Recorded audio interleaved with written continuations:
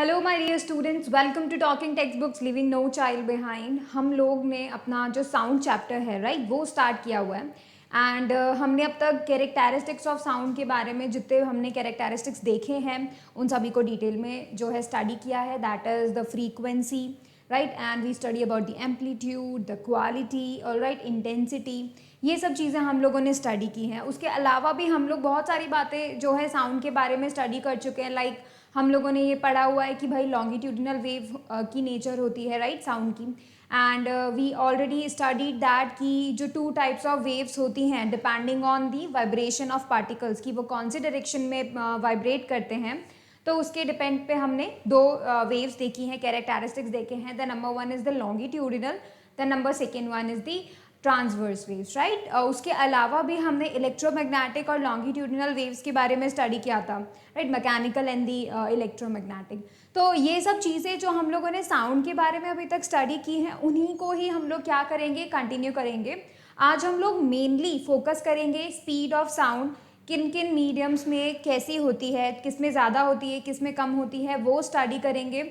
उसके बाद we will be talking about the temperature का इफेक्ट कि अगर टेम्परेचर इंक्रीज कर देते हैं तो स्पीड पे क्या डिपेंड करता है, मतलब जब स्पीड चेंज होगी या नहीं साउंड की, अगर टेम्परेचर इंक्रीज या डिक्रीज होता है उस केस में we will be talking about a formula 2 right. And उसके अलावा भी काफ़ी सारी चीज़ें हैं जो आज हम लोग देखने वाले हैं। हम डिफरेंट टाइप्स ऑफ वेव्स देखने वाले हैं, लाइक अल्ट्रासोनिक वेव्स कौन से होती हैं एंड इंफ्रासोनिक वेव्स कौन से होती हैं, ठीक है। ऑडिबल रेंज जो हम लोग का ह्यूमंस का होता है। We will talking about the music और नॉइज़ कि भाई कब म्यूजिक होता है और कब म्यूजिक नॉइज़ बन जाता है राइट। ये सब चीज़ें हम लोग आज के लेक्चर में डिस्कस करने वाले हैं। This is the lecture 6 and you all know कि हम लोग प्रिपेयर करते हैं किसके लिए। We do always prepare for the school examinations as well as the olympiad. So basically अगर आप ये लेक्चर पढ़ रहे हैं राइट, तो that means you are preparing for both the things. You are preparing for the school examination plus you will be getting a knowledge about the olympiad level 2 right. तो basically क्या होगा, इससे आपका फायदा होगा, you will B gaining more knowledge about the subject, about the topic. You can definitely go ahead with that, right? And if you want any DPP or study material, you can access them through the Telegram channel. You have to write a code TTB08 जो कि अभी तक आपको याद हो चुका होगा, right? TTB08 Telegram app पे जब आप लिखेंगे, इसे सर्च बॉक्स में लिखेंगे तो हमारा चैनल 8th क्लास के लिए अपीयर होगा। Join that channel and you can access the DPPs and study material along with the notification, right? Now see, this is the team which is going to help you a lot because this is the team which is doing very much hard work for you all. हम सभी के लिए हम लोग बहुत मेहनत कर रहे हैं कि आपको एक क्वालिटी कंटेंट प्रोवाइड किया जा सके एंड मोस्ट इम्पॉर्टेंटली आपको इस काबिल बनाया जा सके कि आप क्या करें, अपने एग्जाम्स को फाइट कर सके, बहुत अच्छे रैंक लेकर आ सके right. And that's why we are doing that too free of cost right. सबको ये है, फ्री में मिलता है। अब देखिए मेन चीज़ जो मैं आपको हर लेक्चर में बताती हूँ right, and we always discuss it in every lecture. So what is the main thing here, main thing ये है कि आप ये जो वीडियो लेक्चर्स देख रहे हैं these are free for everyone right, तो everybody can see that. But सिर्फ वीडियो लेक्चर्स को देखना ही एक यू कैन से प्रिपरेशन में एक हेल्पफुल होगा, सिर्फ अकेला यही हेल्पफुल नहीं होता है। Like you will be getting, like आपको होना चाहिए कुछ idea about the questions right. तो आपको ढेर सारे क्वेश्चन प्रैक्टिस करने चाहिए क्योंकि तभी उससे पता चलेगा। आप थ्योरी पढ़कर कभी भी अच्छे मार्क्स नहीं लेकर आ सकते। आपको थ्योरी पढ़ने के साथ साथ आपको क्वेश्चंस भी समझने होंगे, उनको क्वेश्चंस को डील करने का तरीका देखना होगा, how to deal that questions. या फिर कोई भी क्वेश्चन है वो अगर बहुत अलग वे में पूछा गया है तो how to approach that question right, solve कैसे करना है और क्वेश्चन किस तरीके से आते हैं। तो ये सभी चीज़ें आपको पता होना चाहिए if you want really crack any examination you choose right. तो अगर आपके पास कोई गोल है, अगर आपने डिसाइड किया हुआ that you are fighting for this competitive examination, this perfect quantity competitive examination, then you can definitely go for the things that I am going to tell you. Because हम लोगों ने आप जैसे बच्चों के लिए ही क्या किया हुआ है, कुछ पैकेजेस बनाए हुए हैं। और to access those packages you have to go on a website and the website is www.talkingtextbooks.in। अगर आप इस वेबसाइट पे जाते हैं you will be getting 2 types of packages for every class.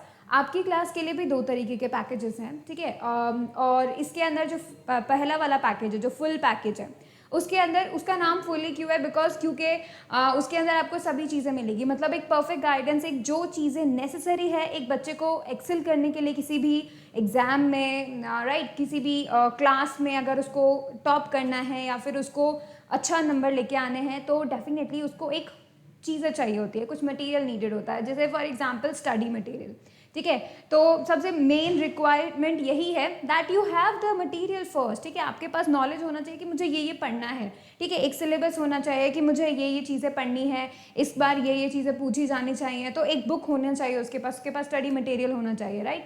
Second thing कि डेफिनेट सी बात है, कोई भी बच्चा अगर सिर्फ बुक से पढ़ता होता तो फिर स्कूल सर की तो ज़रूरत ही नहीं होती, राइट। तो डेफिनेट सी बात है, फिर कोई पढ़ाने के लिए तुम्हें टीचर या कोई मेंटर होना चाहिए। ठीक है, फिर third thing what is that कि आप जब कुछ को पढ़ रहे हो तो पढ़ने के साथ साथ आपको क्या करना है, क्वेश्चंस करने हैं। ठीक है, दैट मीन्स होमवर्क। तो इसका मतलब आपको होमवर्क भी करना है, राइट। एंड देन आपको क्या करना है, क्विजेज अटेम्प्ट करने हैं। तो उस क्विज का क्या मतलब इंपॉर्टेंस हुआ, बिकॉज देखो जब आप कभी भी किसी चैप्टर को पढ़ते हो, किसी टॉपिक को पढ़ते हो, तो आपको क्या करना है, खुद को टॉपिक के साथ ही टेस्ट कर लेना है। ठीक है, तो टॉपिक के साथ साथ खुद को टेस्ट करते जाओगे तो जल्दी जल्दी आपको फीडबैक पता चलता जाएगा कि हाँ मेरा ये फॉर्मूला गलत हो गया, या फिर ये जो चीज़ें हैं ये पीछे रह गई हैं, मुझे ये टॉपिक वापस पढ़ना है। ये सब चीज़ें आपको क्लियर हो जाएंगी। उसके साथ ही साथ आपको पीरियोडिक टेस्ट पेपर्स भी देना है। So sorry for that. ठीक है, उसके बाद आपको पीरियोडिक टेस्ट पेपर्स भी देने हैं। पीरियोडिक टेस्ट पेपर्स क्यों देने हैं, बिकॉज पीरियोडिक टेस्ट पेपर्स आपको बताएंगे कि जो फाइनल एग्जामिनेशन है वो किस बेसिस पे आता है, उसमें क्या लेवल रहता है क्वेश्चंस का, और how you are going to fight the questions, right, और कितने क्वेश्चंस होते हैं, कितने टाइम में आपको सॉल्व करने होते हैं, इन सभी का नॉलेज आपको मिलता है पीरियोडिक टेस्ट पेपर से। तो बेसिकली ये जितने भी फीचर्स आप देख रहे हैं, ये एक एक फीचर इस चीज़ को इंश्योर करता है that you are getting a proper guidance जो आप एग्जामिनेशन को फाइट करने के लिए यूज़ करेंगे, right. You will be studying from the study material, आप होमवर्क सबमिट करेंगे हम लोग को। ठीक है, आप वीडियो लेक्चर्स वॉच करेंगे, कोई भी डाउट है उसे पूछेंगे, right, and you will be attempting quizzes every week twice. ठीक है, तो आपको हर एक वीक में 2 बार क्विज अटेम्प्ट करनी होगी, and then you will be getting the periodic test paper. So तो ये पूरा का पूरा एक तरीके से आप बोल सकते हो होल पैकेज है, राइट। तो एक प्रॉपर गाइडेंस आपको मिल सकता है, and this has to be consistent. आपको पूरे throughout the year you have to do this. अगर आप ऐसे कंसिस्टेंसी से थोड़ा थोड़ा थोड़ा करके आगे चलते रहेंगे ना, तो आप डेफिनेटली अपने गोल को क्रैक कर सकते हैं, right. And we have to be very much careful about the consistency. अगर आप रोज़ाना थोड़ा थोड़ा थोड़ा पढ़ते हैं तो डेफिनेट सी बात है कि आप लोग क्रैक कर लेंगे, राइट। एंड जो सेकेंड टाइप का पैकेज है वो है टेस्ट सीरीज का package. Why the test series, because test series में क्या होता है, सिर्फ टेस्टिंग होती है। ठीक है, you will be providing the video lectures plus the testings, right. The by weekly quizzes आपको मिलेंगे एंड पीरियोडिक टेस्ट पेपर्स आपको मिलेंगे। सो बेसिकली यहाँ पर आपका टेस्टिंग होगा कि भाई अगर आप चाहते हैं कि सिर्फ मुझे पढ़ना कहीं और से है but I want to test, तो you can definitely join the test series, right. And the plus point is that if you are ready to join these, if you think that we should go for it, you wanna join that, then you should definitely write a code, and that is what CY Live. If you write this code, you will be getting a 30% discount on any package you choose from the talkingtextbooks.in. तो आप इस code को याद कर लीजिए।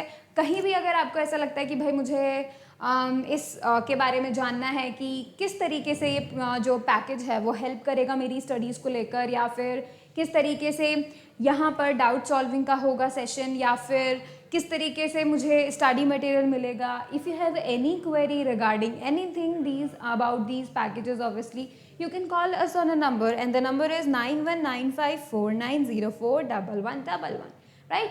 तो अभी क्या करना है आपको, सिंपली ये तो जो कोड है CY Live इसे नोट करना है, राइट। अगर आपको लगता है that you are going for these packages, right that code, you will be getting a 30% discount, right. And the next thing is if you have any query regarding these packages, you can call us on that number. ठीक है, तो अब हम क्या करते हैं, अपना chapter start करते हैं। Before that promise yourself that you will be watching the whole lecture, you will be making proper notes, and you will be revising on the daily basis. ठीक है, revision is the key, revision बहुत बहुत बहुत ज़रूरी है। ठीक है, तो चलो अभी हम क्या करते हैं, क्वेश्चंस के साथ साथ जो है हमारा चैप्टर भी स्टार्ट करते हैं। ठीक है, कैरेक्टरिस्टिक्स ऑफ साउंड में मैंने आपको 4 कैरेक्टरिस्टिक्स बताए थे। ठीक है, मैंने आपको बताया था फ्रीक्वेंसी, ठीक है, फ्रीक्वेंसी मैंने आपको बताया था किस पे डिपेंड करता है, फ्रीक्वेंसी डिपेंड करता है किस पे करता है, उसका जो यू कैन से जो फ्रीक्वेंसी होता है वो डिपेंड करता है वाइब्रेशंस पे। एक सेकेंड के अंदर कितने वाइब्रेशंस कोई भी बॉडी करती है उसे हम बोलेंगे उस बॉडी की फ्रीक्वेंसी, ठीक है। So we can definitely say that अगर आप फ्रीक्वेंसी जानना चाहते हो तो I told you one thing, if you are getting such type of wave, ठीक है, इस तरीके का डायग्राम अगर आपको दिखता है, इस तरह का वेव अगर आपको दिखता है, that you are going to get the frequency from this graph only. How? Just calculate the waves in 1 second. एक सेकेंड के अंदर कितने वेव्स हैं, ठीक है, the up and the down, ठीक है, ये एक वेव हो जाती है। तो जब कब आप देखेंगे कि देखो एक पूरी की पूरी वेव यहाँ तक, मतलब यहाँ से स्टार्ट होती है, ठीक है, it is going up, coming down and again at this point, so this is the one wave, ठीक है। तो ऐसी कितनी वेव्स एक सेकेंड के अंदर होती हैं, एग्जिस्ट कर रही हैं, वो क्या हो जाएगा, फ्रीक्वेंसी हो जाएगा, ठीक है। नेक्स्ट मैंने आपको बताया था एम्पलीट्यूड। एम्पलीट्यूड का मतलब क्या हुआ, एम्पलीट्यूड का मतलब ये हुआ कितनी ज़्यादा एनर्जी है, लाउडनेस वी कैन से, ठीक है। तो हम लोग बोलेंगे कि देखो यहाँ पर क्या है, एम्पलीट्यूड कम है। एम्पलीट्यूड कम कैसे, because you can see this displacement, यानी कि जो जीरो से लेके इतना जो डिस्प्लेसमेंट है, दिस इज सो मच लो, है ना, एज कंपेयर टू दिस, देखो कितना ज़्यादा है इसका displacement from the mean position, है ना, इसका डिस्प्लेसमेंट कितना ज़्यादा है, and that's why it this type of wave और this wave has high amplitude, ठीक है, और इसके पास क्या है, कम एम्पलीट्यूड है। एम्पलीट्यूड का मतलब लाउड और you can say the slow, और यू कैन से द, हम लोग जैसे हश करके बातें करते हैं, राइट। तो बेसिकली आपको यहाँ पे ध्यान करें कि कोई धीरे से अगर बोल रहा है, ठीक है, like this, I don't want to, right, एंड अगर कोई तेज से जो बोलता है, जब चिल्ला चिल्ला के बोल रहे होते हैं, तो दैट मीन्स हाई एम्पलीट्यूड, ठीक है। जब कोई बहुत ज़्यादा जोर से बोल रहा है तो हाई एम्पलीट्यूड, कोई बहुत ज़्यादा हश करके बोल रहा है, धीरे धीरे धीरे करके बोल रहा है, तो इसका मतलब लो एम्पलीट्यूड, ठीक है। तो basically energy can give you the amplitude की, ज़्यादा एनर्जी होगा, ज़्यादा लाउडनेस होगा तो ज़्यादा एम्पलीट्यूड, ठीक है। मतलब ये जो वेव है ये ऊपर तक जाएगी, ठीक है, और ज़्यादा ऊपर तक जाएगी। और अगर कभी भी हम यू कैन से सॉफ्ट वॉइस को सुन रहे हैं या फिर एम्पलीट्यूड कम होगा अगर किसी का, तो क्या होगा, छोटा सा डिस्प्लेसमेंट होगा, ठीक है। So basically that what we have studied. उसके अलावा भी हमने एक और देखा था, कैरेक्टरिस्टिक क्वालिटी, राइट, क्वालिटी, जैसे हम टिम्ब्रे भी बोलते हैं।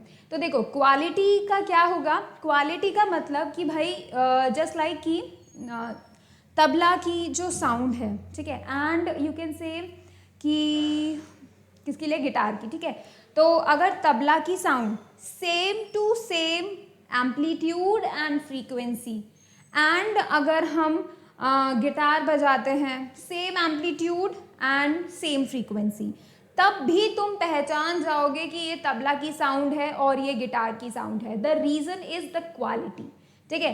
क्वालिटी हमेशा डिफरेंट होती है, एंड क्वालिटी की हेल्प से ही हम क्या कर सकते हैं, दो अलग अलग वॉइस में डिफ्रेंशिएट कर सकते हैं, right. Let me tell you about one thing, कि जैसे आपके फ्रेंड्स हैं, ठीक है, आप कोई भी दो फ्रेंड्स हैं, ठीक है, वो क्या कर रहे हैं, आपके पीछे बैठे हुए हैं, बहुत ज़्यादा आप ऐसी जगह पर हो जहाँ पे बहुत ज़्यादा लोग हैं, ठीक है।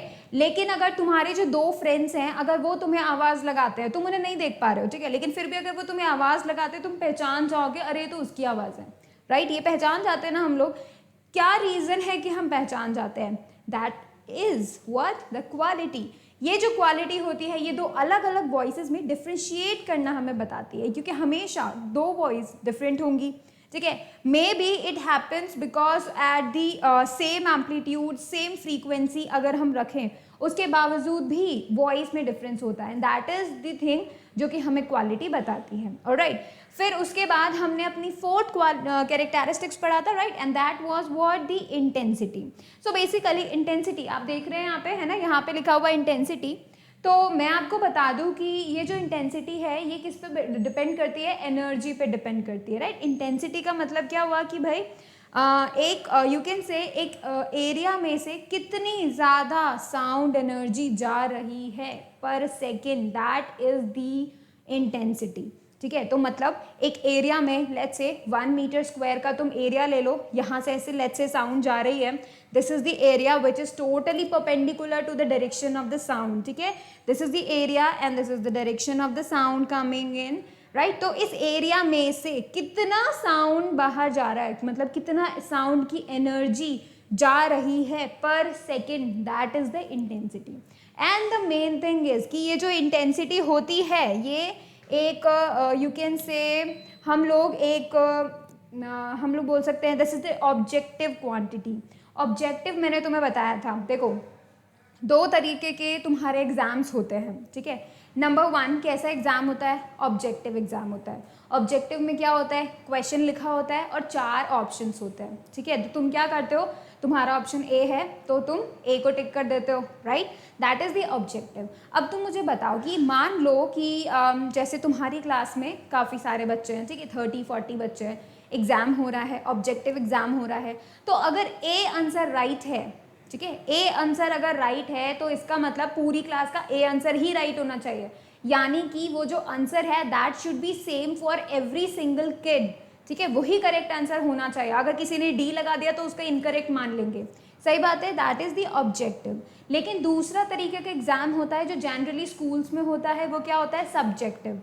सब्जेक्टिव में क्या होता है, तुमसे पूछा जाता है right any 2 characteristics of sound, तो तुम उसमें क्या करोगे, 2 कैरेक्टरिस्टिक्स लिखोगे, इंटेंसिटी लिख सकते हो, नाउ इट्स योर चॉइस, ठीक है, अब तुम्हारी चॉइस है, तुम्हें 2 लिखने हैं, you can choose amplitude or frequency, you can choose amplitude and quality sorry, and you can choose the intensity and amplitude, तो आप कोई भी 2 चुन सकते हो and the answer is different for every kid, फिर भी उसे नंबर मिलेंगे, है ना। अब तुम खुद से सोचो, सबका अलग अलग हो सकता है किसी ने चूज करा है क्वालिटी एंड एम्पलीट्यूड, ठीक है, तुमने चूज किया हुआ है फ्रीक्वेंसी एंड इंटेंसिटी, किसी और ने चूज कर लिया इंटेंसिटी एंड एम्पलीट्यूड, तो बेसिकली सबके आंसर सब डिफरेंट हो गए, फिर भी वो सब करेक्ट हैं, सही बात है। ऑब्जेक्टिव में ऐसा नहीं होता, ऑब्जेक्टिव में अगर ए ऑप्शन करेक्ट है तो सभी के लिए ए ऑप्शन ही करेक्ट है, लेकिन सब्जेक्टिव जब हम देखते हैं तो that can be different answers for everyone, ठीक है, फिर भी वो सही हो सकते हैं, ठीक है। तो इसलिए ये जो चीज़ मैंने तुम्हें बोली कि that intensity is actually what a objective quantity, that means इसका जो वैल्यू होगा वो सभी पर्सन्स के लिए, सभी ह्यूमन बींग्स के लिए, सभी ऑब्जेक्ट्स के लिए would be the same intensity, ठीक है। अगर मैं बोलती हूँ that the intensity is like 4 decibels, तो मेरे सामने जो पर्सन है या फिर तुम्हारी क्लास में जो बच्चे हैं, तुम्हारे लिए भी even that is also 4 decibel, ठीक है। अब this value will not going to change, like मेरे लिए 5 डेसिबल है, तुम्हारे लिए 6 डेसिबल है, ऐसा नहीं होने वाला है, ठीक है। That is the main thing you need to consider, that this is an objective, that is one value is correct and that is correct for everyone, ठीक है। ये हमारी जो है मेन थिंग है जो हमें इंटेंसिटी के बारे में समझना है। एंड द रीज़न कि भैया क्योंकि ऑब्जेक्टिव है तो इसका मतलब इसका जो वैल्यू आता है that is same for everyone, that means इसका जो वैल्यू है उसे कैलकुलेट करने के लिए हम एक फॉर्मूला यूज़ करते हैं। एंड मैं लास्ट टाइम भी आई थिंक आपको फॉर्मूला बता चुकी थी, ठीक है, तो मैं वापस से जो है इसका फॉर्मूला लिख देती हूँ। इंटेंसिटी का फॉर्मूला क्या होता है, साउंड एनर्जी, मैंने तुम्हें बताया था ना, साउंड एनर्जी 1 सेकेंड के अंदर यानी टाइम, ठीक है, तो 1 सेकेंड के अंदर 1 मीटर स्क्वायर एरिया में से कितनी एनर्जी जाती है, दैट इज द इंटेंसिटी, ठीक है, दैट इज द इंटेंसिटी। और you should definitely remember this. अब देखो यहाँ से तुम इसका यूनिट भी बता सकते हो, कैसे बता सकते हो, साउंड एनर्जी का यूनिट क्या हुआ, जूल, ठीक है, because we all know energy का यूनिट जूल ही होता है, तो हमने लिख दिया जूल, ठीक है। टाइम क्या होता है, सेकेंड, एरिया क्या होता है, मीटर स्क्वायर, तो it can be return as joule second inverse metre -2, ठीक है, या फिर जूल पर सेकेंड पर मीटर स्क्वायर, ठीक है, हम इसे ऐसे भी लिख सकते हैं। और वन थिंग अगेन, देखो जूल पर सेकेंड को हम क्या बोलते हैं, 1 वॉट भी बोलते हैं, ठीक है, 1 वॉट, ठीक है, that's the unit of power, joule पर सेकेंड एनर्जी अपॉन टाइम, ठीक है। तो ये जो 1 वॉट है इसको हम क्या कर सकते हैं, ये जो जूल पर सेकेंड है इसे हम वॉट लिख सकते हैं, तो एक और यूनिट बन जाएगी वॉट पर मीटर स्क्वायर, ठीक है, ये भी क्या हुआ, इंटेंसिटी का यूनिट हुआ, ये भी इंटेंसिटी का यूनिट हुआ, ठीक है। अब देखो तुम ये बात समझ चुके हो कि ये जो इंटेंसिटी होती है ये मेनली ऑब्जेक्टिव होती है। इसका मतलब अगर इंटेंसिटी का वैल्यू है 5 डेसिबल तो 5 decibel is for every single body, ठीक है। अगली थिंग तुम्हें क्या समझनी है, that it has different units, कुछ अलग अलग यूनिट्स हो सकती हैं। Third thing what you need to know is intensity depends on the you can say energy, right, energy पे डिपेंड करती है। तो देखो यहाँ पे ज़्यादा इंटेंसिटी होगी बिकॉज ये बर्ड जो है ये बहुत ज़्यादा एम्पलीट्यूड में बोल रही है, ठीक है ना। तो ज़्यादा एम्पलीट्यूड में बोलने के कारण क्या हुआ, एम्पलीट्यूड बहुत ही ज़्यादा हो गया। देखो एम्पलीट्यूड बहुत ही ज़्यादा हो गया, जितना ज़्यादा ऊंचा ये वेव होगा, ठीक है, उतना ही ज़्यादा एम्पलीट्यूड होगा। तो देखो कितना ज़्यादा एनर्जी के साथ वो बोल रही है, इसका मतलब बहुत ज़्यादा एनर्जी यहाँ पर है, ठीक है। अगर हम बात करें धीरे धीरे जब ये बोल रही थी धीरे धीरे, तो इसका एम्पलीट्यूड क्या था, कम था, छोटा सा मतलब यू कैन से एक छोटा सा ही दूर जा रही है वो wave, right, that is the thing. तो ये जो इंटेंसिटी है वो एक ज़्यादा एनर्जी वाली साउंड की इंटेंसिटी वुड बी ग्रेटर, कम एनर्जी वाली sound would be less intense होगा, ठीक है, लेस इंटेंसिटी हो जाएगी उसकी अगर उससे भी कम एनर्जी होती है, ठीक है। Now you can definitely going to get that. अब इसे फटाफट से नोट कर लो ताकि हम आगे जल्दी से पढ़ाई कर सकें।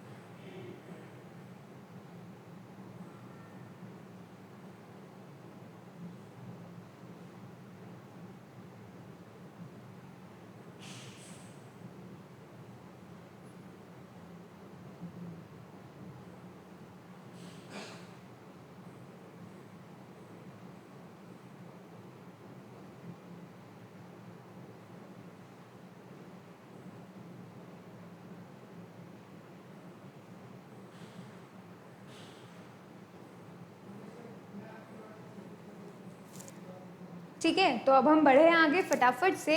हाँ, अब हम देखते हैं डिफरेंसेस बिटवीन द लाउडनेस, ठीक है, और बिटवीन द इंटेंसिटी। अब देखो मैंने तुम्हें ये बताया कि जो इंटेंसिटी होती है वो एनर्जी पे डिपेंड करती है, और हमें ये बात पता है कि कोई भी वॉइस अगर लाउड होती है, बहुत तेज होती है, तो इसका मतलब वो ज़्यादा एनर्जी है वहाँ पे, right, it is giving more energy to the air, right. तो इसका मतलब लाउडनेस में भी ज़्यादा एनर्जी अगर होती है तो इंटेंसिटी में भी ज़्यादा एनर्जी होगी रिलेटेड टू दैट, राइट। उसके बावजूद भी देखो कोई साउंड तुम्हारे लिए लाउड हो सकती है लेकिन किसी और पर्सन के लिए वो नॉर्मल हो सकती है, राइट। हो सकता है तुम्हारे लिए जो साउंड बहुत ही ज़्यादा तुम्हें लाउड लग रही है, हो सकता है तुम्हारा जो फ्रेंड है, तुम्हारे जो मम्मी है, ब्रदर सिस्टर्स हैं, उनके लिए वही साउंड लेस हो सकती है, ठीक है। तो it depends year upon year, ठीक है, अलग अलग लोगों के लिए इट डिपेंडिंग अपॉन लाउडनेस जो है वो सबके लिए डिफरेंट डिफरेंट है, ठीक है। तो यानी मैंने तुम्हें बताया था ऐसी कौन सी क्वांटिटी होती है जो सबके लिए डिफरेंट डिफरेंट होती है फिर भी सही होती है, वो होती है सब्जेक्टिव क्वांटिटी, है ना। सब्जेक्टिव पेपर जब तुम देते रहो तो वहाँ पर क्या होता है, अलग अलग सबके आंसर्स होते हैं फिर भी वो करेक्ट होते हैं, right. And that is the main thing कि यहाँ पर ये जो लाउडनेस है that is a subjective quantity. इसका मतलब किसी के लिए कोई वॉइस लाउड हो सकती है और वही सेम वॉइस किसी और के लिए लो हो सकती है, सॉफ्ट हो सकती है, ठीक है। सो बेसिकली ये किस पे डिपेंड करता है, तुम्हारे ईयर की कैपेबिलिटी पे डिपेंड करता है, ठीक है। सो बेसिकली जो लाउडनेस है ये एक सब्जेक्टिव क्वांटिटी है, this is a subjective quantity. It depends upon the sensitivity of the human ear, तुम्हारा ईयर कितना ज़्यादा सेंसिटिव है about any sound, that depends the कि भाई तुम्हें कोई वॉइस कितना ज़्यादा लाउड लगेगा, कितना ज़्यादा सॉफ्ट लगेगा, ठीक है। ये चीज़ ध्यान में हमें रखनी है, ठीक है। अ साउंड में भी लाउड फॉर अ पर्सन, किसी एक पर्सन के लिए साउंड लाउड हो सकती है और सेम साउंड किसी दूसरे के लिए सॉफ्ट हो सकती है, ठीक है, नॉर्मल हो सकती है, ठीक है। अब देखो इंटेंसिटी की अगर बात करें तो मैंने तुम्हें बताया था दिस इज ऑब्जेक्टिव। अगर यहाँ पर 5 डेसिबल की साउंड आ रही है तो वो सभी के लिए 5 डेसिबल ही होगा, ठीक है। तो फिर यहाँ पे जो है हम इसे क्या बोलेंगे, दैट्स दी ऑब्जेक्टिव क्वांटिटी, ठीक है। उसके बाद और डेफिनेट सी बात है ये ईयर टू ईयर डिपेंड नहीं करती है, ये किस पे डिपेंड करती है, फॉर्मूला पे, ठीक है।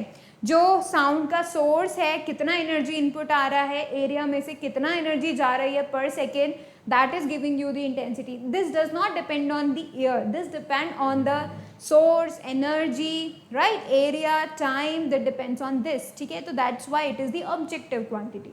Second thing, second difference जो हमें देखना है, loudness को हम measure नहीं कर सकते, right, we cannot measure as a physical quantity because it is just sensation which can be felt only. यहाँ पर जो loudness है वो सिर्फ हमें फील हो सकती है, that this sound is so loud, ऐसा हमें फील हो सकता है, this is just a sensation, ठीक है. तुम्हें सिर्फ ऐसी बातें फील होगा, कोई बहुत ही धीरे बोल रहा है तो ओके, धीरे जो है वो सॉफ्टनेस है and that softness will be felt by you, right. तो इसको हम ऐसा फिजिकल क्वांटिटी नहीं लेते, ठीक है. This is different for everyone, this is the just a sensation, it is not a quantity. लेकिन जो इंटेंसिटी है that is the quantity because it is fixed, because it is fixed and it is for everyone, right. and definite सी बात है कि इसको हम measure भी कर सकते हैं. first of all मतलब एक साउंड के लिए हम loudness and softness जो है उसको हम measure नहीं कर सकते. like it has to be like बहुत ज़्यादा साउंड जो है अगर loud होता है तो किसी और के लिए अगर वो कम होता है तो values can be different, right. values different हो सकती है and that is not possible, and that's why we have taken this loudness as not a physical quantity. बल्कि ये जो इंटेंसिटी है इसे हमने as a physical quantity consider किया है, right, because this can be calculated by the formula, ठीक है. तो अब आप इसे नोट कर लो फटाफट.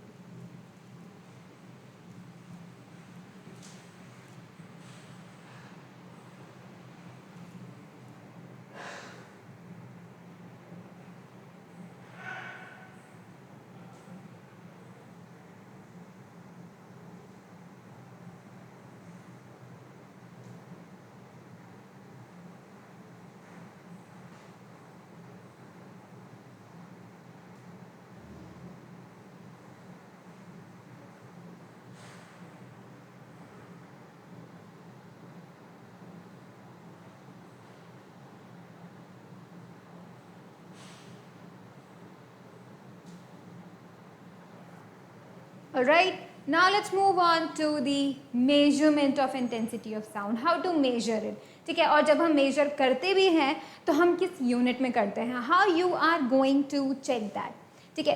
तो मैं तुम्हें बताती हूँ कुछ पॉइंट्स की ये जो इंटेंसिटी होती है ये किस यूनिट पे जो है, हम लोगों ने अभी तक यूनिट देखी है दैट इज जूल पर सेकेंड पर मीटर स्क्वायर, राइट. लेकिन उसके अलावा भी इसको जनरल अगर हम बोलें तो उसे एक डिवाइस से जो हम मेजर करते हैं and that is measure this in the decibels, ठीक है. किस में उसको क्या करती है, डेसिबल्स में मेजर करती है. तो ऑलरेडी अगर तुम्हें कहीं पर भी 5 डेसिबल लिखा हुआ दिख जाए that always consider that is written and the intensity of the sound, ठीक है. वो इंटेंसिटी होती है.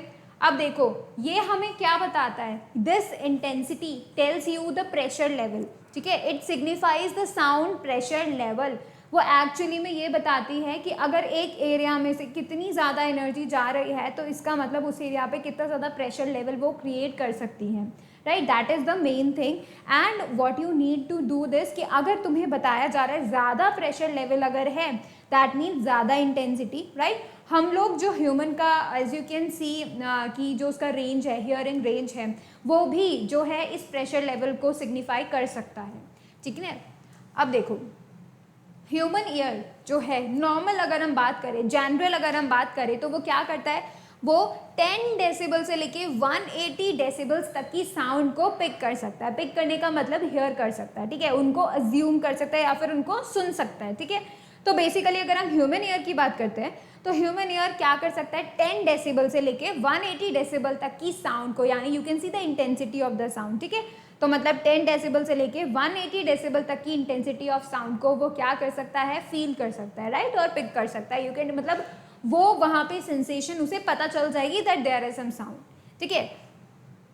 नेक्स्ट आप देखो, loudness of the sound is considered normal if it is between 50 decibels to 60 decibels. अगर intensity, because I told you intensity किस पे डिपेंड करती है? एनर्जी पे डिपेंड करती है। अब क्योंकि इंटेंसिटी एनर्जी पे डिपेंड करती है और एनर्जी का मतलब लाउडनेस या सॉफ्टनेस, राइट?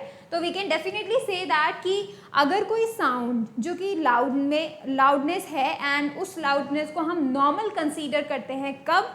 जब उसकी इंटेंसिटी 50 to 60 डेसिबल्स होती है, ठीक है? That is the main thing जो हमें सीखना था, ठीक है? एक normal human being can tolerate loudness up to 80 decibels, ठीक है? 80 डेसिबल्स तक की जो इंटेंसिटी है, ठीक है, वो उसका जो एनर्जी है उसको वो सह सकता है, ठीक है, नॉर्मली जो है सुन सकता है। अगर 80 डेसिबल के ऊपर हो जाए अगर इंटेंसिटी या फिर उसका लाउडनेस अगर 80 डेसिबल से ऊपर हो जाता है तो दैट बिकेम पेनफुल, और तब सुनने में जो है हमको डिफ़िकल्टी होता है, तो उस वक्त हमें बहुत इरिटेशन होता है and we just want to stop that sound. उस वक्त तो यही सेंसेशन होता है, राइट? एंड डेफिनेट सी बात है, जैसे कई कई बच्चे क्या करते हैं, बहुत ही ज़्यादा लाउड वॉइस पे सुनते हैं गाने, ठीक है, and that is the main thing कि जिसकी वजह से उन्हें ईयर से रिलेटेड हियरिंग प्रॉब्लम्स हो सकती हैं, ठीक है, बिकॉज ज़्यादा अगर हम लाउड वॉइस सुनते हैं तो इससे इफेक्ट होता है and that causes the problems. तो एक नॉर्मल ह्यूमन बीइंग के लिए अगर हम 80 डेसिबल्स देख रहे हैं तब तक टॉलरेबल हो सकता है, तब तो तुम सह सकते हो कि ठीक है ये लाउड वॉइस है, ठीक है, तुम सुन रहे हो उसको, सही है। बट जब 80 डेसिबल से भी ज़्यादा चले जाएं that will call you the irritation, ठीक है, तब तुम्हें प्रॉब्लम्स क्रिएट हो सकती है, हियरिंग प्रॉब्लम्स हो सकती हैं, बहुत ज़्यादा तुम्हें इरिटेशन हो सकता है। तो basically you have to check that out कि तुम क्या कर रहे हो अपने कानों को, अगर तुम्हें सेफ रखना है, that what you need to understand is that आपको क्या करना है, 80 डेसिबल से ज़्यादा साउंड तो बिल्कुल भी नहीं सुननी, ठीक है, उसके बाद तो खत्म ही हो जाओगे, मतलब फिर तो दिक्कत हो जाएगी बहुत ज़्यादा। देखो बहुत सारे तरीके के डेसिबल्स के साउंड्स होते हैं, right, and we are talking about the intensity है। तो लेट्स सी कुछ इंटेंसिटीज हम लोग देखते हैं।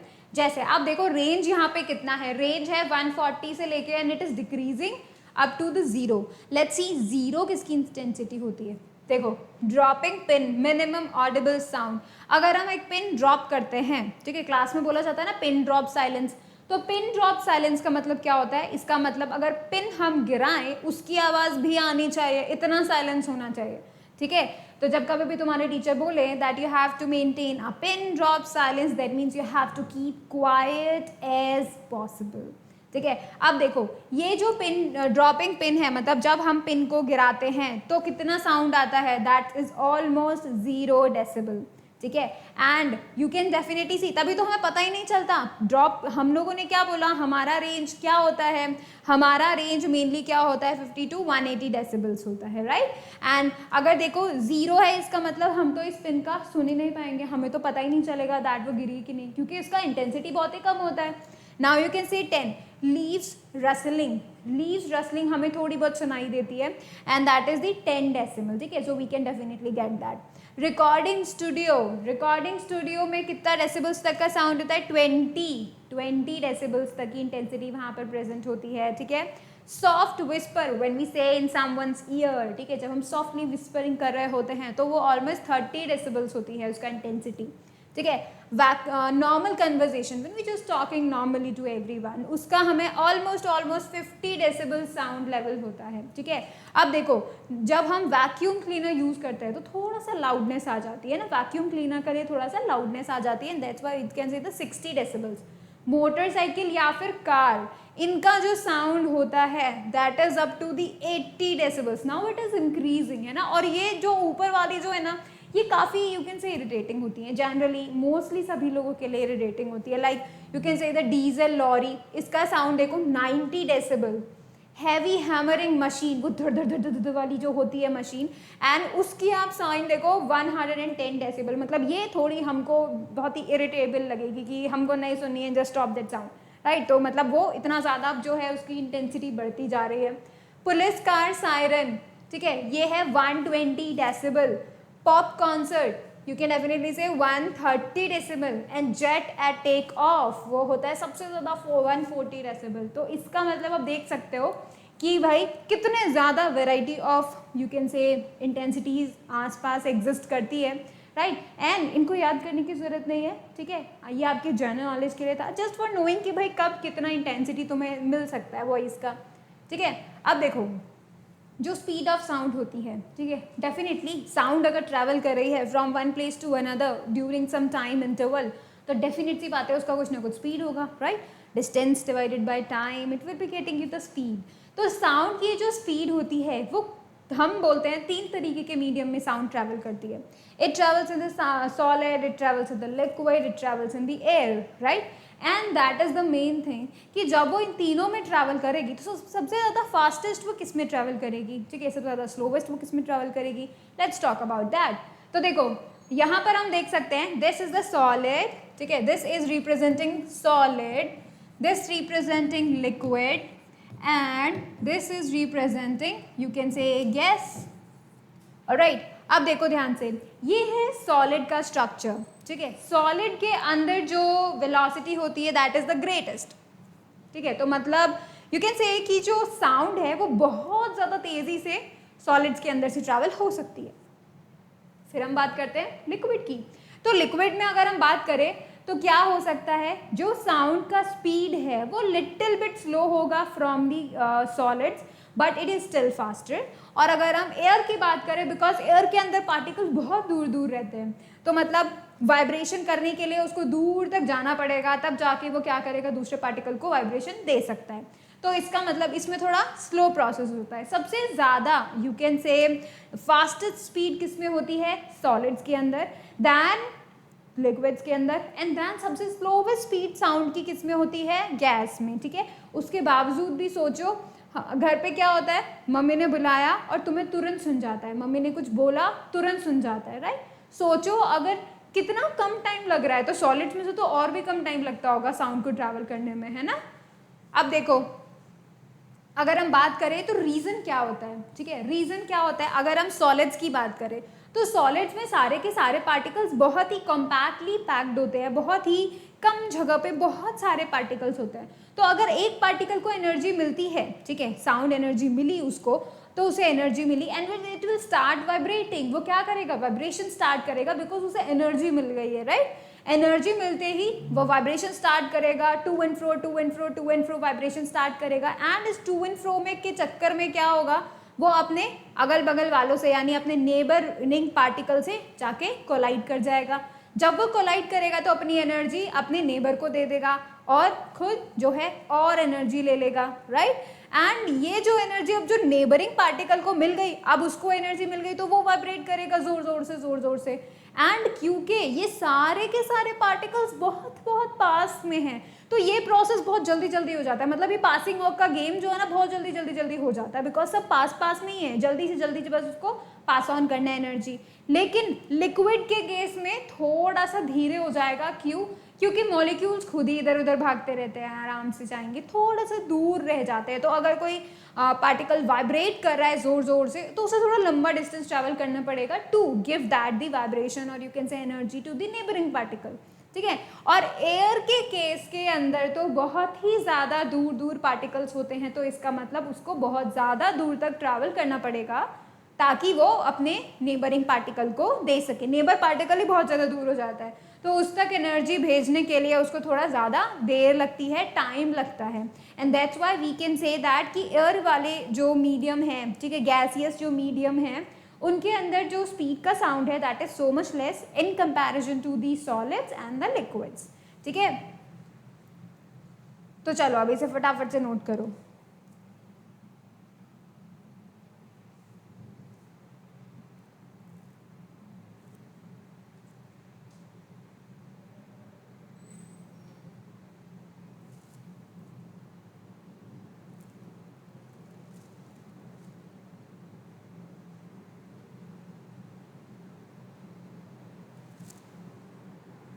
चलो देखो, अभी हम लोग देखते हैं नेक्स्ट कि अलग अलग मीडियम्स में अलग अलग टेम्परेचर पे you can definitely see the speeds. चलो अभी हम देखते हैं, ये है मीडियम्स, ठीक है, we are talking about the gaseous mediums, ठीक है। गैसियस मीडियम्स में हम देखते हैं कि स्पीड ऑफ साउंड कितनी है। अगर हम एयर में देखें 0 डिग्री सेल्सियस पे, we are noting about the temperature, क्योंकि टेम्परेचर भी अफेक्ट करता है स्पीड ऑफ साउंड को। कैसे अफेक्ट करता है I will be telling you later, लेकिन अभी हम लोग देख रहे हैं कि एक फिक्स टेम्परेचर पे गैसियस में कितना ज़्यादा स्पीड से साउंड ट्रैवल कर रही है, ठीक है। तो अगर एयर की बात करें 0 डिग्री सेल्सियस पे, तो देखो स्पीड कितनी है, 332 मीटर पर सेकेंड, ठीक है। अगर हम एयर की बात करें 20 डिग्री सेल्सियस पे, तो आप देखो कितना, देखो इंक्रीज हो गया ना, 0 डिग्री सेल्सियस पे तो 332 मीटर पर सेकेंड। लेकिन जैसे ही टेम्परेचर बढ़ा दिया एयर का, 20 डिग्री सेल्सियस कर दिया, तो देखो 344 मीटर पर सेकेंड हो गया, स्पीड भी बढ़ गया। ठीक है, कार्बन डाइऑक्साइड में से अगर हम साउंड को भेजना चाहें 0 डिग्री सेल्सियस पे, तो देखो कितना होगा, 260 मीटर पर सेकेंड। ठीक है, हाइड्रोजन से अगर हम भेजना चाहें साउंड को 0 डिग्री सेल्सियस पे टेम्परेचर पे, तो देखो उसका स्पीड कितना है, 1800 मीटर पर 1284 मीटर पर सेकेंड। ठीक है, अब ये एयर की थी। अब हम बात करते हैं कुछ लिक्विड्स की। लिक्विड जैसे वाटर, डिस्टिल्ड वाटर जो है, अगर हम 0 डिग्री सेल्सियस पे बात करें तो उसका स्पीड देखो, this is comparatively greater than these, है ना, 1498 मीटर पर सेकेंड। देखो कितना ज़्यादा है। तो मतलब एयर से ज़्यादा स्पीड हमें किस में देखने मिल रही है, लिक्विड्स में देखने मिल रही है। ठीक है, सी वाटर में अगर हम साउंड को ट्रैवल करवाने की कोशिश करें 20 डिग्री सेल्सियस पे, तो कितना स्पीड से जाएगी, 1531 मीटर पर सेकेंड। एल्कोहल में से अगर हम क्या करें, साउंड को भेजने की कोशिश करें, तो वो कितने स्पीड से जाएगी, 1210 metre per second. Turpentine is also a liquid, और उसके अंदर से अगर हम भेजने की कोशिश करेंगे साउंड को, तो क्या होगा, 1325 मीटर पर सेकेंड से जाएगी। तो यहाँ से तुम खुद से डेटा को देखो कि ये वाला जो डेटा है, लिक्विड्स का जो डेटा है, this is much greater than the gaseous में। मतलब वो तो सिर्फ हंड्रेड्स में ही रह गए, थाउजेंड्स में तो लिक्विड्स में आ गए, राइट। अब देखो सॉलिड्स में, अगर हम कॉपर में 20 डिग्री सेल्सियस की कॉपर में अगर हम साउंड को भेजें, तो कितने स्पीड से जाएगा, 3560। देखो कितना ज़्यादा तेजी से जो है साउंड ट्रैवल कर सकती है थ्रू दी कॉपर। स्टील में से अगर हम भेजें 20 डिग्री सेल्सियस पे, तो कितने पे जाएगी, 5100 मीटर पर सेकेंड। देखो कितना ज़्यादा इंक्रीमेंट हो गया है। ठीक है, ग्लास में से अगर हम भेजें 20 डिग्री सेल्सियस पे, तो क्या होगा, 5500 मीटर पर सेकेंड। ये तो बहुत ज़्यादा हो गया। ठीक है, ग्रेनाइट में से अगर हम भेजें 20 डिग्री सेल्सियस पे, तो you can see the 6000 metre per second. तो तुम खुद से सोचो, this amount 6000 metre per second, ये देखो 332, सोचो 260, बताओ। इससे हमें ये पता चलता है कि सॉलिड्स में सचमुच में जो साउंड है, this travel at very fast speed rather than the air. ठीक है, तो एयर और में हम बोल सकते हैं कि जो स्पीड है वो बहुत ही कम हो जाती है, काफ़ी कम हो जाती है। ठीक है, अब देखो, अब हम चलते हैं आगे और इफेक्ट देखते हैं, किसका, टेम्परेचर का इफेक्ट, कि भाई जब कभी भी टेम्परेचर बढ़ा दिया जाता है तो मीडियम में से जो साउंड जा रही है, क्या उसका स्पीड भी बढ़ जाएगा। तो देखो मैं तुम्हें बताती हूँ, यस ऐसा हो जाएगा। क्यों, क्योंकि मैं बताती हूँ। ठीक है, अगर हम क्या करें, टेम्परेचर इंक्रीज कर दें। अगर हमने टेम्परेचर इंक्रीज कर दिया तो क्या होगा, हम हीट एनर्जी दे देंगे, मॉलिक्यूल्स को हीट एनर्जी दे देंगे उस मीडियम के। ठीक है, जैसे ही मॉलिक्यूल्स को हीट एनर्जी मिल जाती है, वो अपने आप वाइब्रेशन स्टार्ट कर देते हैं। तो मतलब सारे जो मॉलिक्यूल्स हैं वो ऑलरेडी उनके पास एनर्जी आ चुकी है, वो बहुत ही तेजी से वाइब्रेट कर रहे हैं। अब अगर साउंड एनर्जी और मिल जाए, मतलब एनर्जी और मिल रही है, पहले से तो वाइब्रेशन हो ही रहा है, पहले से तो वो टकरा रहे हैं एक दूसरे से, राइट, वाइब्रेट कर रहे हैं, और एनर्जी अगर उन्हें मिल जाए तो वो और भी तेजी से वाइब्रेट करेंगे। तो इट इनहैंसेस द स्पीड। क्या कर रहा है, इसी तरीके से स्पीड को इंक्रीज कर रहा है। ठीक है, वाइब्रेशंस पहले से हो रहे हैं और एनर्जी उनको मिल रही है, पहले से भी उनके पास हीट एनर्जी थी, because we increases the temperature, और फिर ज़्यादा साउंड एनर्जी मिल जाए तो वो और भी तेज़ी से वाइब्रेट करने लगते हैं। And this is the reason, अब वो और भी ज़्यादा तेज़ी से वाइब्रेट करेंगे तो जल्दी जल्दी पास ऑन करेंगे एनर्जी को, और अगर जल्दी जल्दी पास ऑन करेंगे तो मतलब speed would be greater, right. And this is the reason. देखो, sound travels faster as the temperature of the medium increases and vice versa. अगर आप टेम्परेचर को डिक्रीज कर देते हो किसी मीडियम के, तो उसके अंदर से जो साउंड जाएगी उसका स्पीड भी कम हो जाएगी। ठीक है, रीज़न उसका क्या है, बिकॉज जो टेम्परेचर है वो क्या करता है, पहले से ही जो पार्टिकल्स हैं उनको एनर्जी प्रोवाइड कर देता है। ठीक है, जैसे हम टेम्परेचर इंक्रीज करेंगे तो हम हीट एनर्जी देनी पड़ेगी हमें टेम्परेचर इंक्रीज करने के लिए। अगर हम हीट एनर्जी दे देते हैं तो इसका मतलब हमने कुछ एनर्जी पहले ही दे दी, फिर साउंड एनर्जी और मिल जाती है तो वो जल्दी जल्दी वाइब्रेशन करके जल्दी जल्दी एनर्जी पास ऑन करते हैं, and that's how the speed increases. ठीक है, इसका एक फॉर्मूला भी है, कैसे कैसे आप पता कर सकते हैं वो देखो, ये है वो फॉर्मूला जिससे आप पता कर सकते हो कि कितना स्पीड इंक्रीज हो जाएगा अगर आपने कुछ डिग्री सेल्सियस टेम्परेचर इंक्रीज कर दिया तो। नाउ लेट्स सी, देखो, speed of sound in air increases by 0.61 metre per second अगर आप 1 degree Celsius let's say temperature जो है इन्वायरमेंट का, गैस का टेम्परेचर, आप एयर का टेम्परेचर आप मान लो, लेट्स से जो एयर का टेम्परेचर है दैट इज 25 डिग्री सेल्सियस, ठीक है। अगर आप इस 25 डिग्री सेल्सियस को अगर 1 डिग्री सेल्सियस बढ़ा देते हो, 25 डिग्री सेल्सियस की जगह पे आप 26 डिग्री सेल्सियस कर देते हो, तो क्या हो जाएगा, 0.61 मीटर पर सेकेंड इंक्रीज हो जाएगी उसकी स्पीड, ठीक है। तो मतलब अभी हम देखते हैं पहले टाइम इसका, देखो जो V0 है, ठीक है, ये जो V0 दिख रहा है ना आपको, this is the speed of sound in air at 0 degree Celsius, ठीक है। तो ये जो V0 है that is the sound eight 0 degree Celsius, ठीक है। ये कितना है, 0 डिग्री सेल्सियस पे साउंड का स्पीड है। और ये जो Vt है वो हमें कैलकुलेट करना है T टेम्परेचर पे। तो ये जो Vt है that is velocity of sound eight T temperature,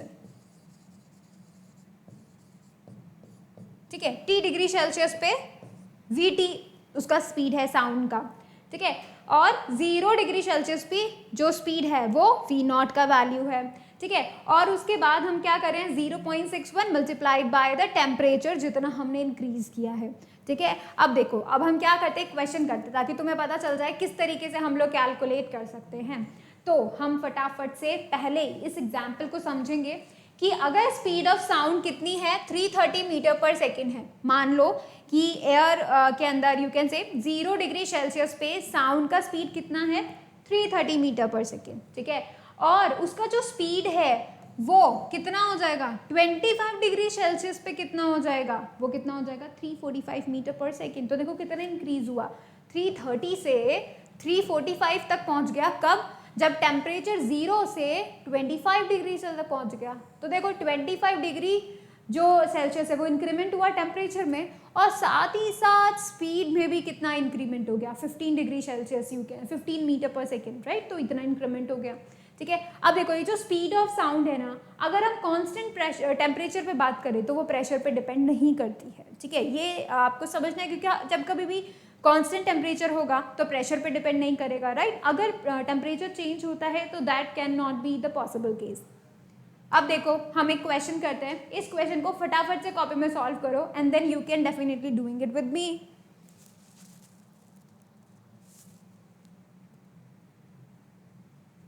ठीक है, तो साथ साथ करें अपन इसे, ठीक है। मैं यहाँ पे सॉल्यूशन लिख देती हूँ।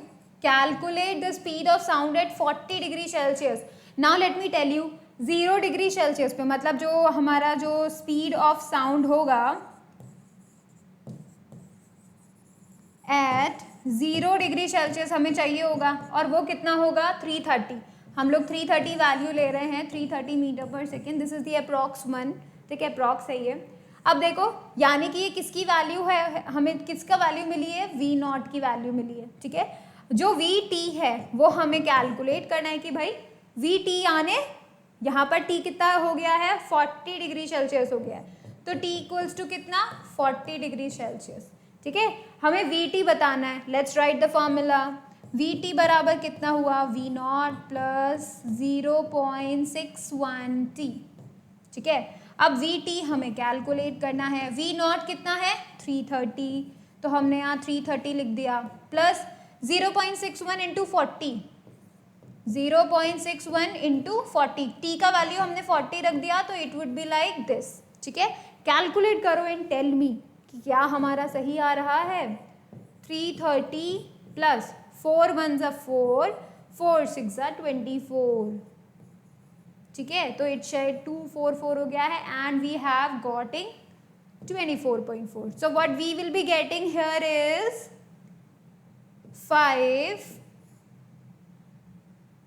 and we are getting how much, let me write it again, we are getting 354.4 metre per second. सो ये सभी बच्चों का आ रहा है, ये हाँ, यही आंसर सभी बच्चों का आ रहा है।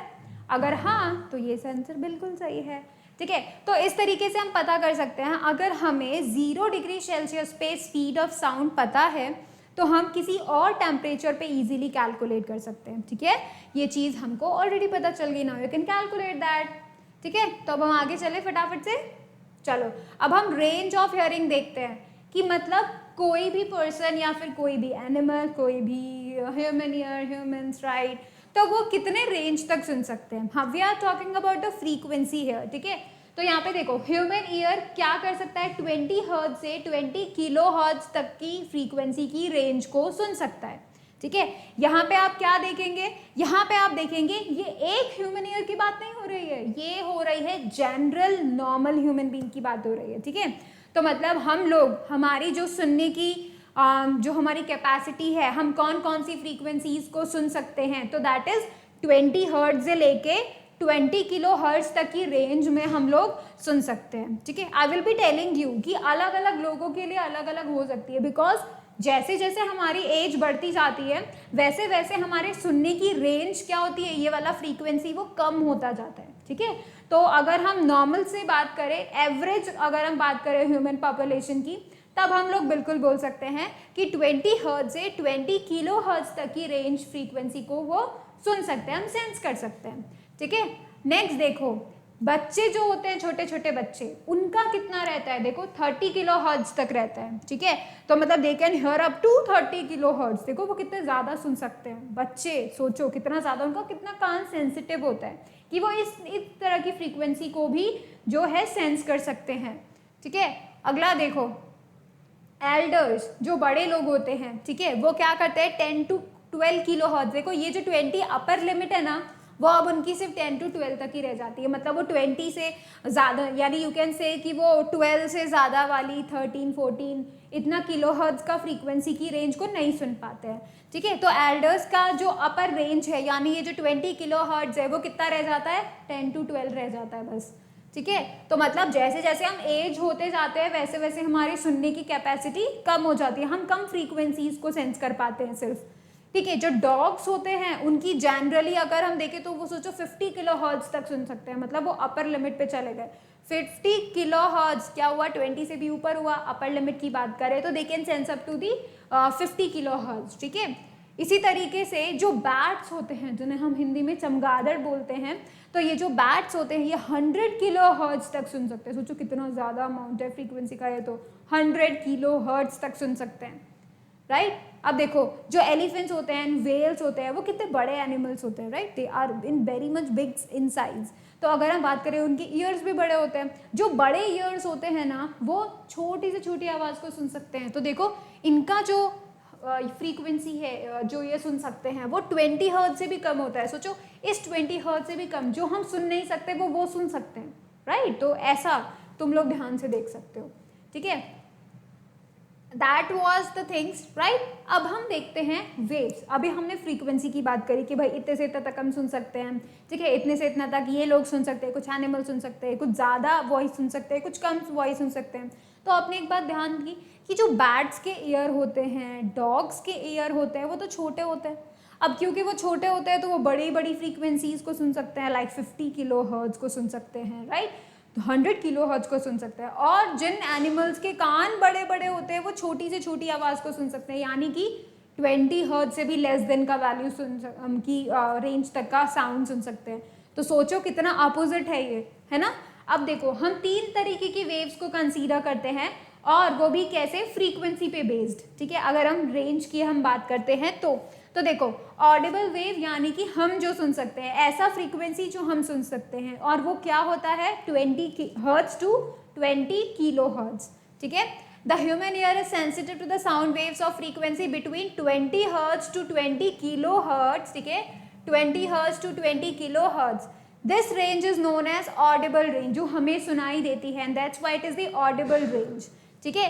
These waves are known as audible waves. अब जैसे एग्जाम्पल देखो, waves produce by vibrating sitar, हम सितार की वॉइस सुन सकते हैं, गिटार की वॉइस सुन सकते हैं, ऑर्गेनो पाइप्स की सुन सकते हैं, फ्लूट, शहनाई। तो ये सब ऐसे एग्जाम्पल्स हैं जो 20 हर्ट्ज से लेके 20 किलो हर्ट्ज तक की बीच की रेंज में आते हैं, ठीक है। अब देखो अब होती है नेक्स्ट अल्ट्रासोनिक वेव, जो कि ये जो अपर लिमिट है ना 20 किलो हर्ट्ज, उसके ऊपर वाली साउंड जो हम नहीं सुन सकते, ठीक है, उसके ऊपर वाली साउंड्स, यानी जो डॉग सुन सकते हैं, जो बैट सुन सकते हैं, उनको हम क्या बोलेंगे, अल्ट्रासोनिक वेव्स, ठीक है। A longitudinal wave whose frequency is above the upper limit of audible range that is 20 kilohertz. 20 kilohertz से ज़्यादा की जो रेंज होगी उसे हम क्या बोलेंगे, अल्ट्रासोनिक। एंड मैंने आपको बताया था ना कि छोटे छोटे कान बड़ी बड़ी बातें सुनते हैं, लाइक यू कैन से कि वो बड़ा फ्रीक्वेंसी रेंज को सुन सकते हैं। तो मतलब कि यहाँ पे क्या होगा, it is generated by very small sources first of all and can be sensed by the small ears, right, we can definitely say that. अब देखो थर्ड वन, इंफ्रासोनिक। इंफ्रासोनिक क्या होता है, इस 20 से भी नीचे, ठीक है, मतलब बहुत ही स्मॉलर वेव्स की, मतलब बहुत ज़्यादा कम फ्रीक्वेंसी रेंज का अगर हम बात करें तो। A longitudinal elastic wave whose frequency is below the audible range that is 20 hertz से भी कम, ठीक है, इसको हम क्या बोलते हैं, इंफ्रासोनिक वेव बोलते हैं। और ये लार्ज सोर्स से जनरेटेड होती है, जैसे कि अर्थक्वेक। अर्थक्वेक एलिफेंट सुन सकते हैं, है ना, उनको सेंस कर सकते हैं। इसी वजह से जो है इंफ्रासोनिक को एलिफेंट्स कर सकते हैं, बिकॉज इंफ्रासोनिक वेव्स की जो फ्रीक्वेंसी होती है बहुत ही कम होती है, right, and this is generated by large sources, जैसे कि अर्थक्वेक को सेंस करना, राइट। तो that is the main thing. हमने 3 तरीके की अभी वेव देखी वापस से, that is dependence on the frequency only, ठीक है। ये तीनों ही तरीके की वेव्स जो हैं वो सिर्फ फ्रीक्वेंसी पे ही डिपेंड करती हैं, और उसी के बेसिस पे हमने इनको डिफरेंट डिफरेंट रेंज में बांटा हुआ है, ठीक है। चलो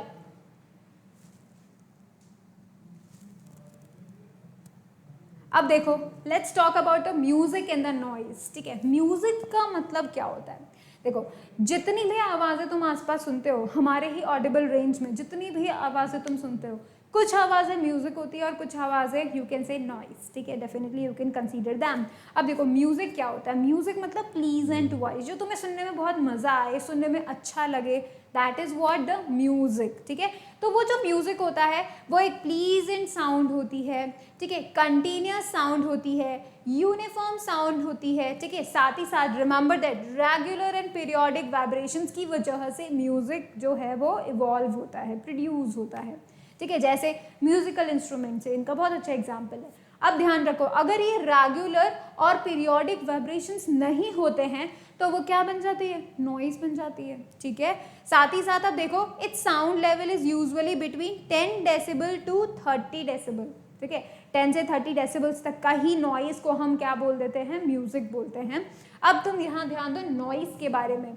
नॉइज में देखो, noise is sound produce by irregular succession of disturbances and it is discontinuous. एक तो कंटिन्यूस नहीं है, ठीक है, पीरियोडिक नहीं है और रेगुलर भी नहीं है, ठीक है। It is discordant and unpleasant to the ear, बिल्कुल अच्छा नहीं लगता है। जैसे कोई स्क्रीचिंग नॉइज, जब हम यू कैन से ब्लैक बोर्ड या फिर किसी एक सरफेस पे नेल स्क्रीच करते हैं तो बहुत ही गंदा साउंड प्रोड्यूस होता है, and that is noise to us because that is so irritated, right, and that's why we can definitely say that कि इस तरीके की नॉइज जो हैं वो कैसी होती है, अनप्लीजेंट होती हैं, दीज आर टोटली डिसकंटिन्यूस होती हैं, and we consider them as the noise, we call them as the noise, ठीक है। और देखो ध्यान से देखो कि इसका जो डेसिबल्स होते हैं वो कितने होते हैं, 120 से अबव, ठीक है। 120 से अबव डेसिबल अगर इंटेंसिटी होता है तो हम उसे क्या बोल देते हैं, that's a noise for us, ठीक है। अब देखो ये जो चीज़ें हम लोगों ने देखी हैं वो एक्चुअली में हैं तो सही, ठीक है, म्यूजिक साउंड ये बिल्कुल सही बात है, but we have to save our ears also, right, क्योंकि क्या होता है कोई चीज़ किसी के लिए म्यूजिक है बट किसी और के लिए नॉइज हो सकता है, these are totally subjective quantities, ठीक है। मतलब अलग अलग पर्सनस के लिए अलग अलग वैल्यू, कोई लाउड वॉइस सुनता है तो उसे लाउड वॉइस पे म्यूजिक अच्छा लगता है, बट किसी को लाउड वॉइस पे म्यूजिक बहुत ही नॉइज लगता है, ठीक है, they want to hear from the low voice, ठीक है।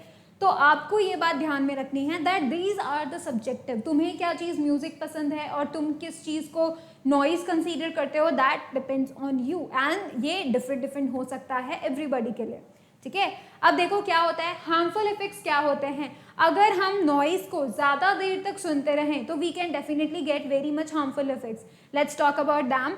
A long exposure to noise pollution may result in the loss of hearing, which may lead to deafness. It can make you a deaf if you listen to the noise with very much large time. ठीक है, अगर हम बहुत देर तक noise में रहते हैं या फिर बहुत ज़्यादा नॉइज़ में अगर हम रहते हैं तो क्या होता है उस पोल्यूशन की, that's also pollution, noise is also pollution. तभी तो हॉस्पिटल्स के बाहर में ये बताया जाता है डू नॉट कार का जो हॉर्न है उसे नहीं बजाना है, ठीक है, नॉइज़ पोल्यूशन नहीं करना है वहाँ पे उसके आसपास, राइट, हॉस्पिटल्स के आसपास। सो बेसिकली हमें क्या करना है, हमें नॉइज़ पोल्यूशन से खुद को बचाना है, ठीक है। एंड बिकॉज व्हाट दैट कि ये क्या कर सकता है, ये डीफनेस को लेकर आ सकता है, हमारे हियरिंग प्रॉब्लम्स को लेकर आ सकता है, right. Noise pollution reduces concentration and results in the loss of work efficiency. सोचो अगर आपका कंसंट्रेशन रुक गया, ठीक है, आपका कंसंट्रेशन अगर कम हो गया तो आप बहुत ही, आपकी जो एफिशिएंसी है, जितने अच्छे से आप पढ़ सकते थे आप नहीं पढ़ पाओगे, and that can get you very much decrease in your marks. तो if you want to increase your efficiency, make sure that you are not expose to too much of noise, ठीक है। Noise causes anger, tension and it can also interfere with the sleep pattern of the individual. हो सकता है ज़्यादा noise सुनने की वजह से, ज़्यादा नॉइज के बीच में अगर आप रहते हैं तो हो सकता है आपके स्लीपिंग पैटर्न्स डिस्टर्ब हो जाएं, हो सकता है रात में नींद नहीं आए, ठीक है, आपको बहुत ज़्यादा टेंशन हो जाए, स्ट्रेस हो जाए, बहुत इरिटेशन फील हो आपको। ऐसा हो सकता है जब आप बहुत ज़्यादा देर तक नॉइज में रहते हैं, ठीक है। Noise can cause loss of night vision, आपको रात में दिखाई दे रहा बंद हो सकता है, कलर ब्लाइंडनेस हो सकती है रात का मतलब, ये जो नाइट ब्लाइंडनेस, इसका मतलब क्या हुआ कि आपको बहुत ही ज़्यादा रोशनी चाहिए टू सी एवरीथिंग, राइट। कम अगर रोशनी होगी तो आप नहीं देख पाएंगे, that is the night blindness, ठीक है। और हो सकता है आपको कलर ब्लाइंडनेस भी हो जाए। So we have to make sure, इसके लिए हम क्या प्रिकॉशंस ले सकते हैं, let's talk about that. Precautions और कंट्रोल जो हम ले सकते हैं नॉइज पोल्यूशन को रोकने के लिए, let's talk about that. So number 1 can be, machine should be designed in such a way so they produce minimum sound. आपने अभी देखा था ना, जब हमने बात की थी इंटेंसिटी की, तो हमने देखा था डीजल लॉरी कितना ज़्यादा साउंड प्रोड्यूस करता है, कार के इंजन्स लाइक मोटरसाइकिल्स, तो वो कितने ज़्यादा साउंड प्रोड्यूस करते हैं। तो अगर हम ऐसी मशीन्स बनाएं जो कि क्या करे, कम नॉइज प्रोड्यूस करे, तब तो बहुत ही बढ़िया बात है। We can definitely make sure कि नॉइज कम हो रहा है, right, we are decreasing the noise pollution if that happens. All automobiles, generator, etc. should be provided with improved silencers, ताकि क्या हो, साउंड जितनी प्रोड्यूस हो रही है वो कम से कम प्रोड्यूस हो, because they have to decrease the noise pollution, right. And घर पर भी टीवी, रेडियो, ये कम से कम वॉइस पे चलाओ, मतलब ऐसा नहीं है कि भाई आसपास के पड़ोसियों को भी तुमने परेशान कर दिया हो, ठीक है, इतना ज़्यादा लाउड नहीं सुनना है, सुनो आराम से, it should be pleasant to you, enjoy करना चाहिए उस चीज़ को, राइट, साउंड्स को, इन सबको एंजॉय करना चाहिए, ये नॉइज़ नहीं होना चाहिए, बिकॉज अगर ऐसा नॉइज़ होता है तो बहुत ज़्यादा लाउड वॉइस में अगर सुनते हो गाने, तो that is very much harmful for your own ears, ठीक है। तो यू हैव टू मतलब save your ears before they cause something deafness और नॉट, ठीक है। तो you have to take care of that, right. And this was it in the lecture. तो आज हमने जो म्यूजिक एंड नॉइज के बारे में पढ़ा, we talk about the speed of sound, we talk about all the characteristics and all, right. तो अब जो हम नेक्स्ट लेक्चर में पढ़ने वाले हैं, that is what, that is the terminology of the wave, ठीक है। हम लोग टर्मिनोलॉजी, थोड़ा बहुत मैथमेटिकल पार्ट करेंगे नेक्स्ट क्लास में। So thank you so much for watching the video. Please like it, share it, subscribe it, and do not forget to click on the bell icon so that you remain notified. Thank you so much.